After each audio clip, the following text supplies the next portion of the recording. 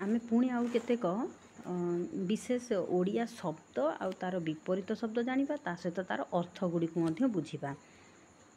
ଯେମିତିକି ଅନୁରକ୍ତି, ତା ବିପରୀତ ହେଲା ବିରକ୍ତି। ଅନୁରକ୍ତିର ଅର୍ଥ ଆସକ୍ତ ବା ଅନୁରାଗ, ବିରକ୍ତିର ଅର୍ଥ ହେଲା ଅସନ୍ତୋଷ, ଅସ୍ୱସ୍ଥ, ଚିଡ଼ା ଭାବ, ବିରାଗ ବା ବିରକ୍ତି ଭାବ ବା ବୈରାଗ୍ୟ। ଅନୁରାଗର ବିପରୀତ ହେଲା ଅନନୁରାଗ ବା ବିରାଗ। ଅନୁରାଗର ଅର୍ଥ ହେଲା ଆସକ୍ତି ବା ଆଦର ସୋହାଗ, ଆଉ ଅନନୁରାଗର ବା ବିରାଗର ଅର୍ଥ ହେଲା ବିତୃଷ୍ଣା, ବିରକ୍ତି ବା ଔଦାସୀନ୍ୟ ବା ବୈରାଗ୍ୟ।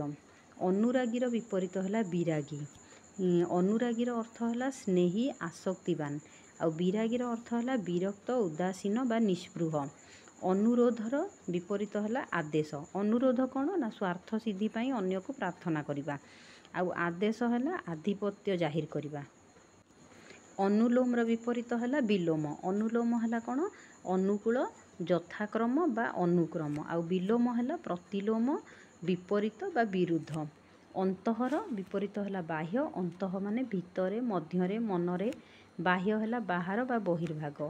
ଅନ୍ତରିନ୍ଦ୍ରିୟ ଆଉ ବିପରୀତ ହେଲା ବହିରିନ୍ଦ୍ରିୟ। ଅନ୍ତଃ ଇନ୍ଦ୍ରିୟ ହେଲା ଅନ୍ତରିନ୍ଦ୍ରିୟ। ଅନ୍ତରିନ୍ଦ୍ରିୟ କିଏ ନା ମନ, ଆଉ ବହିରିନ୍ଦ୍ରିୟ ବାହାର ଇନ୍ଦ୍ରିୟ ଗୁଡ଼ିକ କିଏ କିଏ? ଚକ୍ଷୁ, କର୍ଣ୍ଣ, ନାସିକା, ଜିହ୍ୱା, ତ୍ୱକ୍ ମାନେ ତ୍ୱଚା ଯେଉଁଟା, ଏହି ପାଞ୍ଚ ଜ୍ଞାନେନ୍ଦ୍ରିୟ। ଅନ୍ତର୍ଗତର ବିପରୀତ ହେଲା ବହିର୍ଗତ। ଅନ୍ତର୍ଗତ ହେଲା ମଧ୍ୟସ୍ଥ ବା ହୃଦ୍ଗତ, ଆଉ ବହିର୍ଗତର ଅର୍ଥ ହେଲା ନିର୍ଗତ, ବାହାରକୁ ଯାଇଥିବା, ପଦାକୁ ବାହାରିଥିବା। ଅନ୍ତର୍ଦ୍ୱାର ତା ବିପରୀତ ହେଲା ବହିର୍ଦ୍ୱାର। ଅନ୍ତର୍ଦ୍ୱାର ଅର୍ଥ ଭିତର ଦରଜା, ଆଉ ବହିର୍ଦ୍ୱାର ହେଲା ବାହାର ଦରଜା ବା ସଦର ଦରଜା ବା ଫାଟକ। ଅନ୍ତର୍ବାଟୀ ବିପରୀତ ହେଲା ବହିର୍ବାଟୀ। ଅନ୍ତର୍ବାଟୀ ଅର୍ଥ ଅନ୍ତଃପୁର ବା ଭିତର ପ୍ରକୋଷ୍ଠ, ଆଉ ବହିର୍ବାଟୀ ଅର୍ଥ ହେଲା ବହିଃ ପ୍ରକୋଷ୍ଠ। ଅନ୍ତର୍ବାଣିଜ୍ୟ ତା ବିପରୀତ ହେଲା ବହିର୍ବାଣିଜ୍ୟ। ଅନ୍ତର୍ବାଣିଜ୍ୟ ଅର୍ଥ ଦେଶର ସୀମା ଭିତରେ ହେଉଥିବା ବାଣିଜ୍ୟ, ଆଉ ବହିର୍ବାଣିଜ୍ୟ ଅର୍ଥ ହେଲା ଅନ୍ୟ ଦେଶ ବା ବାହାର ଦେଶ ମଧ୍ୟରେ ଥିବା ବାଣିଜ୍ୟ। ଅନ୍ତର୍ଭାଗ ବିପରୀତ ହେଲା ବହିର୍ଭାଗ। ଅନ୍ତର୍ଭାଗ ମାନେ ଭିତର ଅଂଶ ବା ଭିତର ପାଖ, ଆଉ ବହିର୍ଭାଗ ଅର୍ଥ ହେଲା ଉପରିଭାଗ ବା ଉପର ଅଂଶ ବା ଉପର ପାଖ କହିପାରିବା। ଅନ୍ତର୍ଭୁକ୍ତ ବିପରୀତ ହେଲା ବହିର୍ଭୂତ। ଅନ୍ତର୍ଭୁକ୍ତ ଅର୍ଥ ହେଉଛି ଅନ୍ତଃସ୍ଥ ବା ଅନ୍ତର୍ଗତ, ଆଉ ବହିର୍ଭୂତର ଅର୍ଥ ହେଲା ବହିସ୍ଥ, ବହିର୍ଗତ ବା ବିରୁଦ୍ଧ। ଅନ୍ତରୀୟ ବା ଅନ୍ତର୍ବାସ ଯେଉଁଟା, ଅନ୍ତରୀୟ ବା ଅଧୋବାସ, ତା ବିପରୀତ ହେଲା ବହିର୍ବାସ ବା ଉତ୍ତରୀୟ।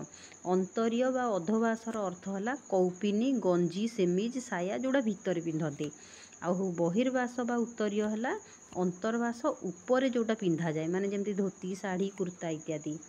ତାପରେ ଅନ୍ତର୍ବିପ୍ଳବ ବିପରୀତ ହେଲା ବହିର୍ବିପ୍ଳବ। ଅନ୍ତର୍ବିପ୍ଳବ ହେଲା ଗୃହ ବିବାଦ, ଦେଶରେ ଅଧିବାସୀମାନଙ୍କ ମଧ୍ୟରେ ପରସ୍ପର ଯୁଦ୍ଧ, ଇଏ ହେଲା ଅନ୍ତର୍ବିପ୍ଳବ। ଆଉ ବହିର୍ବିପ୍ଳବ ହେଲା ବାହାର ଦେଶ ମଧ୍ୟରେ ଯୁଦ୍ଧ। ଅନ୍ତର୍ମୁଖୀନ ବିପରୀତ ହେଲା ବହିର୍ମୁଖୀନ। ଅନ୍ତର୍ମୁଖୀନ ହେଲା ଗଭୀର ତତ୍ତ୍ୱ ମାର୍ଗ ପ୍ରତି ଅଭିମୁଖୀନ, ଯାହାର ମୁହଁ ଭିତର ପଟରେ, ଆଉ ବହିର୍ମୁଖୀନ ଯାହାର ମୁହଁ ବାହାର ପଟକୁ। ଅନ୍ତର୍ହିତ ତା ବିପରୀତ ହେଲା ତିରୋଭୂତ। ଅନ୍ତର୍ହିତ ବା ତିରୋଭୂତ, ତାର ବିପରୀତ ହେଲା ଆବିର୍ଭୂତ।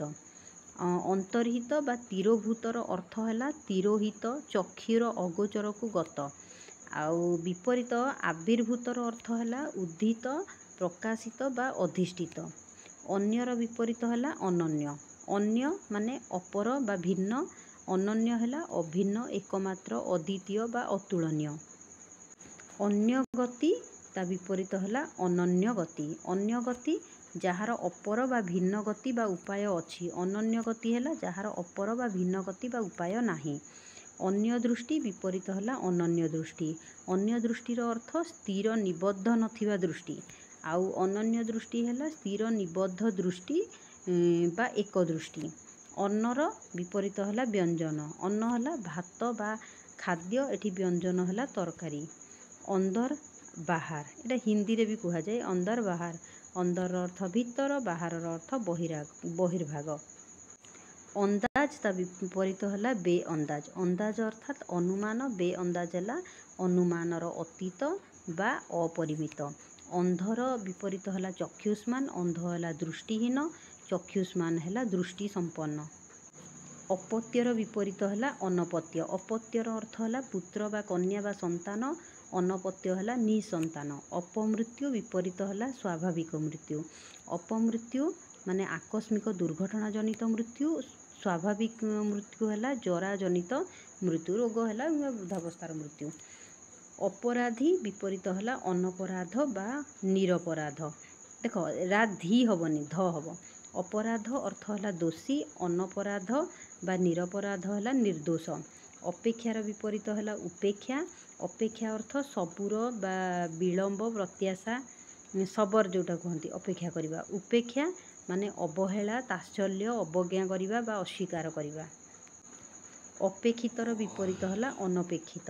ଅପେକ୍ଷିତ ମାନେ ପ୍ରତ୍ୟାଶିତ, ଯାହା ଉପରେ ନିର୍ଭର କରାଯାଇଛି, ଆଉ ଅନପେକ୍ଷିତ ମାନେ ଅପ୍ରତ୍ୟାଶିତ ବା ଅତର୍କିତ। ଅର୍ପଣର ବିପରୀତ ହେଲା ଗ୍ରହଣ। ଅର୍ପଣ ଅର୍ଥ ଦେବା, ଗ୍ରହଣ ହେଲା ନେବା। ଅର୍ପଣୀୟ ବିପରୀତ ହେଲା ଗ୍ରହଣୀୟ। ଅର୍ପଣୀୟ ମାନେ ଦେବାର ଯୋଗ୍ୟ, ଗ୍ରହଣୀୟ ହେଲା ନେବାର ଯୋଗ୍ୟ। ଅର୍ପିତ ବିପରୀତ ହେଲା ଗୃହୀତ। ଅର୍ପିତର ଅର୍ଥ ଅର୍ପଣ କରାଯାଇଥିବା, ଗୃହୀତର ଅର୍ଥ ଗ୍ରହଣ କରାଯାଇଥିବା। ଅପେକ୍ଷିତ ବିପରୀତ ହେଲା ଅନପେକ୍ଷିତ। ଅପେକ୍ଷିତ ମାନେ ପ୍ରତ୍ୟାଶିତ, ଯାହା ଉପରେ ନିର୍ଭର କରାଯାଇଛି। ଅନପେକ୍ଷିତ ମାନେ ଅପ୍ରତ୍ୟାଶିତ ବା ଅତର୍କିତ। ଅବଗୁଣ୍ଠିତା ତା ବିପରୀତ ହେଲା ଅନବଗୁଣ୍ଠିତା। ଅବଗୁଣ୍ଠିତାର ଅର୍ଥ ଓଢ଼ଣା ପକାଇଥିବା ସ୍ତ୍ରୀ। ଅନବଗୁଣ୍ଠିତା ହେଲା ଓଢ଼ଣା ପକାଇ ନଥିବା ସ୍ତ୍ରୀ। ଅବଚ୍ଛିନ୍ନ, ଅନବଚ୍ଛିନ୍ନ। ଅବଚ୍ଛିନ୍ନ ହେଲା ସୀମାବଦ୍ଧ ବା ବିଚ୍ଛିନ୍ନ। ଅନବଚ୍ଛିନ୍ନ ହେଲା ଅବିଶ୍ରାନ୍ତ ବା ଧାରାବାହିକ। ଅବଦ୍ୟ ତା ବିପରୀତ ହେଲା ଅନବଦ୍ୟ। ଅବଦ୍ୟର ଅର୍ଥ ଅକଥ୍ୟ, ନିନ୍ଦନୀୟ, ନିକୃଷ୍ଟ ବା ଅଧମ। ଅନବଦ୍ୟର ଅର୍ଥ ହେଲା ଅନିନ୍ଦ୍ୟ, ପ୍ରଶଂସନୀୟ। ଅବଧାନ ତା ବିପରୀତ ହେଲା ଅନବଧାନ। ଅବଧାନ ହେଲା ମନୋଯୋଗ, ଅନବଧାନ ହେଲା ଅମନୋଯୋଗୀ ବା ଅସାବଧାନ।